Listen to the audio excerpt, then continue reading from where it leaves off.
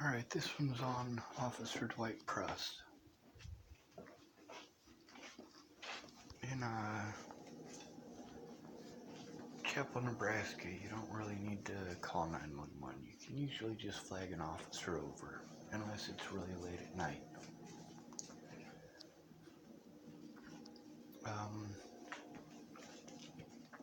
So my mom was staying at a house on 6th Street because her house on 1st Street had black mold, apparently.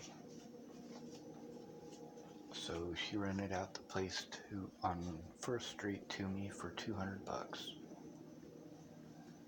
I thought that was fair. It's a shit house.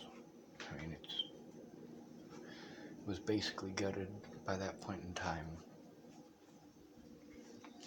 Well, my first night there, my stepdad came home. He was over working for Halliburton.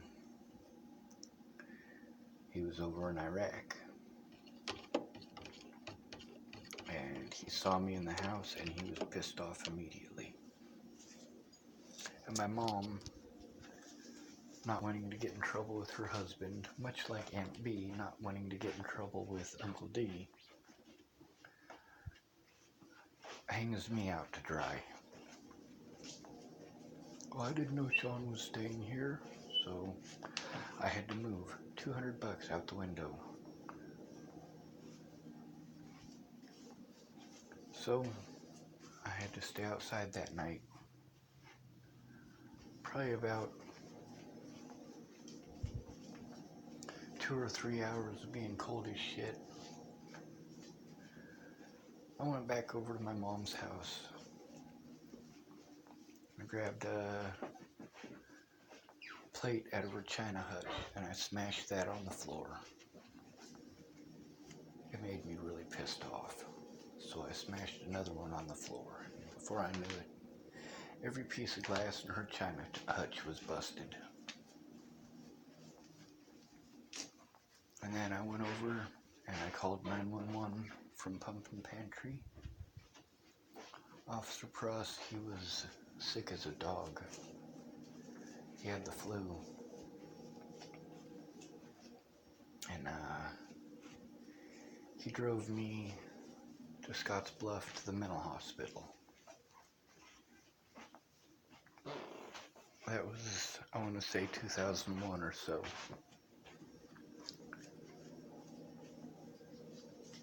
And, no, it would have been later than that. But anyway, on the way there, he said, I think a mental health check is a waste of time. He had actually quit being a police officer in Colorado, specifically because he didn't like mental health checks. He said these people have real problems. You need to do something about those problems or you're not helping anybody. Dwight Pruss is a pretty intelligent man. He also told me that he is for suicide. He and I both see eye to eye on that. Natalie's life was hell. Her family is hell. She deserved the right to die. And although her being alive would save me from all of this, I'm glad her pain has ended. I want mine to end too.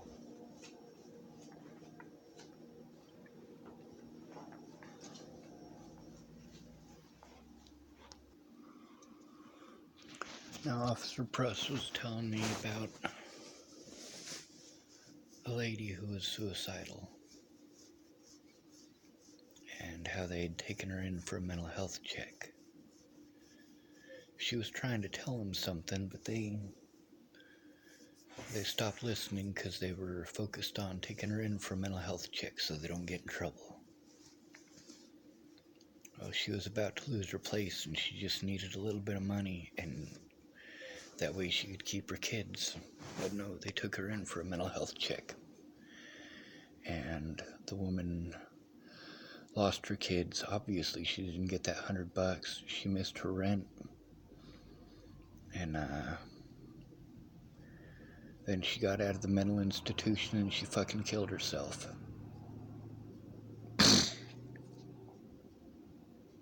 I was bullied to the point that I want my life to end. I was bullied because Natalie couldn't be honest with her mom. I was bullied because I was never allowed to defend myself in court. I was bullied because I'm easy to victimize. There's nobody in my corner. Molly Smith, she went in with me, the only time anyone ever went in with me to make the police take a report. And it wasn't in Colorado, it was in Nebraska. And that officer, his name is Jared Hahn. And he did not investigate. He didn't go talk to Laura Nelson. He went and asked Molly Smith what she knew, and she told him that she didn't know anything. So he stopped this investigation right there. Molly said it was about 2 weeks after she had gone in with me.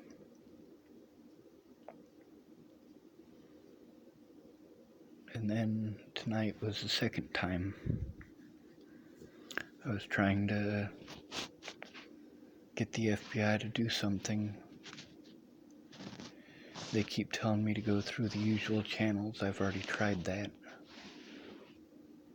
I need a safe environment where I can sit down and work on this, not have to listen to yelling or screaming, or have to put my stuff aside because they need something. Because then I end up waiting all day hoping that somebody's gonna listen.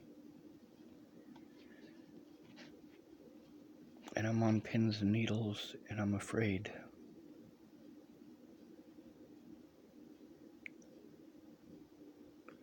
I'm afraid that all of the things that happened to me are gonna stand.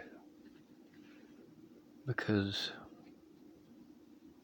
I wasn't able to get someone to listen. If I'm nice about it, I get blown off. If I yell, I'm a bad person, but everyone else gets to yell. Everybody else gets to scream. Everybody else gets to shout. I'm not allowed. I'm a bad person if I do. I'm a monster if I do. I'm not allowed to have the same emotions as you. I'm not allowed to be sad when my loved ones die. I still cry over Natalie. I still cry over Anna. I still cry over Onyx.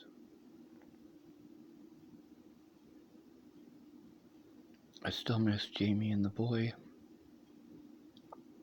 I miss Maddie. I miss Pierre. I miss Peaches. I miss my older brother. I miss Mobley. I miss Christine.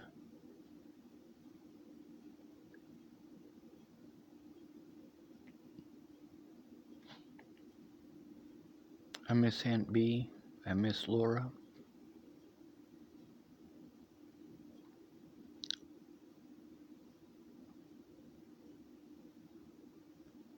I need my own place. Because it's stressful on people when I pace. It makes them nervous. I'm pacing because I have something to say and I need someone to listen. But people aren't trained for that. They're not trained to understand like I am. They're not trained to recognize those signs like I am. That's what growing up in the system is. It's learning how to read people.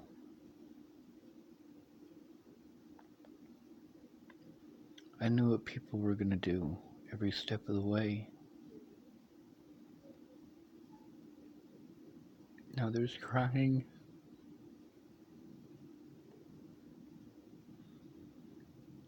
You know how much it hurts for me to hear somebody cry?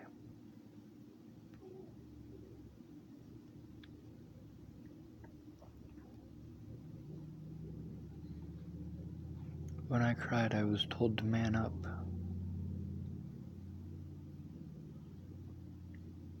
I'm supposed to feel bad because I made other people cry. I didn't make them cry. They have emotions, and that's what people do. They threw me away so easily. Threw me away like I was garbage for needing their help. For needing them to go in with me so the police wouldn't do what it is that they do. You try to turn in a police officer, they'll do everything they can to refuse to take a report, refuse to allow you to write one. A lot of the evidence that I need to make the reports I need to make, I need a mailbox. But that mailbox needs to be at a safe environment.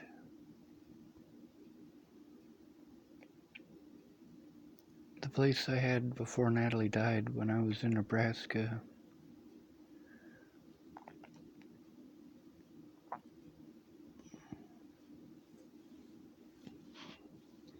it was a shitty environment. It really was. I didn't have any friends.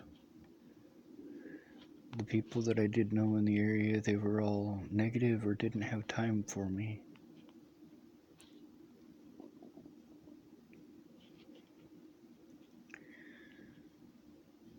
You know, it keeps me going. It's the belief that somehow, some way, we'll find a way if we just work together. I tried to work together with other victims. I'm cut off from them because of the harassment by the Bollingers, which continues to this day. The Bollingers and their friends complaining about everything that I post, hoping that it'll get me on a Facebook ban.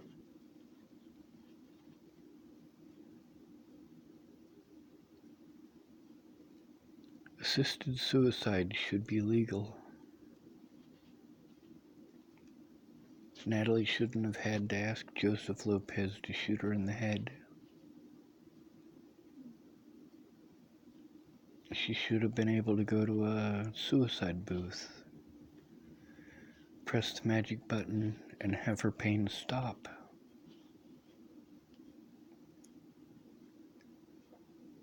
If her family really cared and they listened to her instead of treating her the way that they did, things would be different. Christine, she gave me hope, but she sold me out because she got into housing. She invited me to come see her at her housing. Well, that's a slap to the face when I can't go to Colorado now. Why would you do that?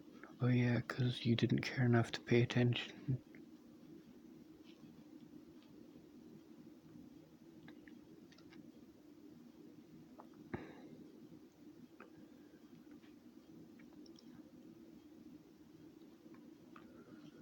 What those officers did at the hospitals repeatedly, they shouldn't have been allowed to do. I should have had someone go in with me. Miss Peaches, she could have gone in with me. She could have, but she didn't. And the police did whatever the fuck they wanted. And I had no witnesses because nobody went in with me in person. Mandy Hughes couldn't. Katie couldn't.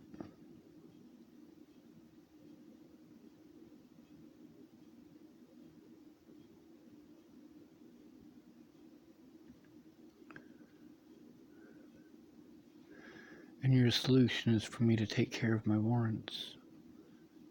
For me to go back to the very same places where they refused to take a look. Where they allowed the volunteers and their cronies to play victim.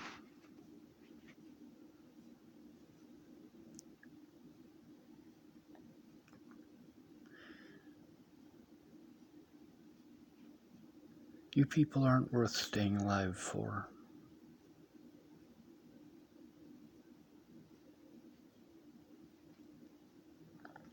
I needed a safe environment.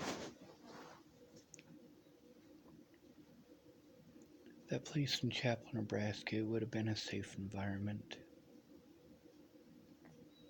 At least for what I needed to do after Natalie died, but I couldn't go back there.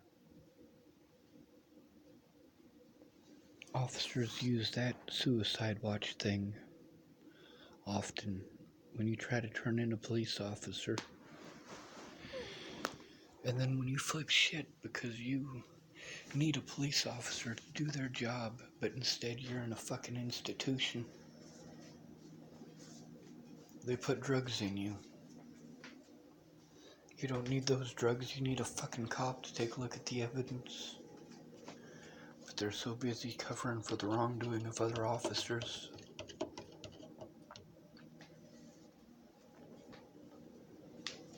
I'd seen this happen at least 50 times while I was living in Boulder.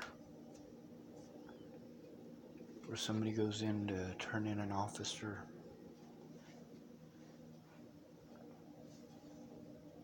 Like Crystal Vocomp tried to turn in the officer that raped her. They took her to an institution. They stuffed her full of drugs. Now every time they release her, she gets into a fight with a cop. Go Crystal. Crystal Beauchamp, you are my personal hero. I'm not willing to go running around assaulting officers, but when they assault the fuck out of me, when they take me in for suicide watch, because I tried to turn in an officer, and then they assault me and pretend I assaulted them, or put drugs in me. Fuck you. Officer Dwight Pruss, or former Officer Dwight Pruss, I need your help, in specific.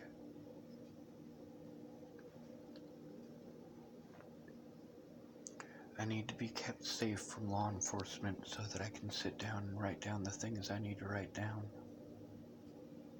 I need the evidence back that they stole from me repeatedly. Police will entrap you if nobody goes in with you.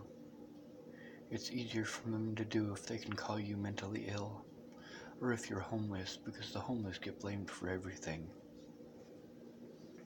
The homeless are to blame for every crackhead out there. The homeless are to blame for every rapist out there. The homeless are to blame for every child molester out there. You are too afraid to go after your dad, so you take it out on a homeless person.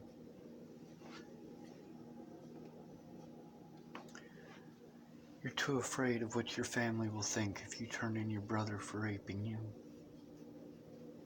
So you take it out on a homeless person. Or you see a homeless person get blamed for something and you just assume that they're guilty because they're homeless and you want them to be guilty. You want it to be okay for you to take out everything you had to hold in. You want it to be okay for you to take it out on someone else. It's against the law to take it out on black people. They're protected by laws. It's against the law to take it out on women. They're protected by laws. It's against the law to take it out on minorities. They're protected by laws. But there are no laws protecting the homeless. Matter of fact, the laws are exactly the opposite.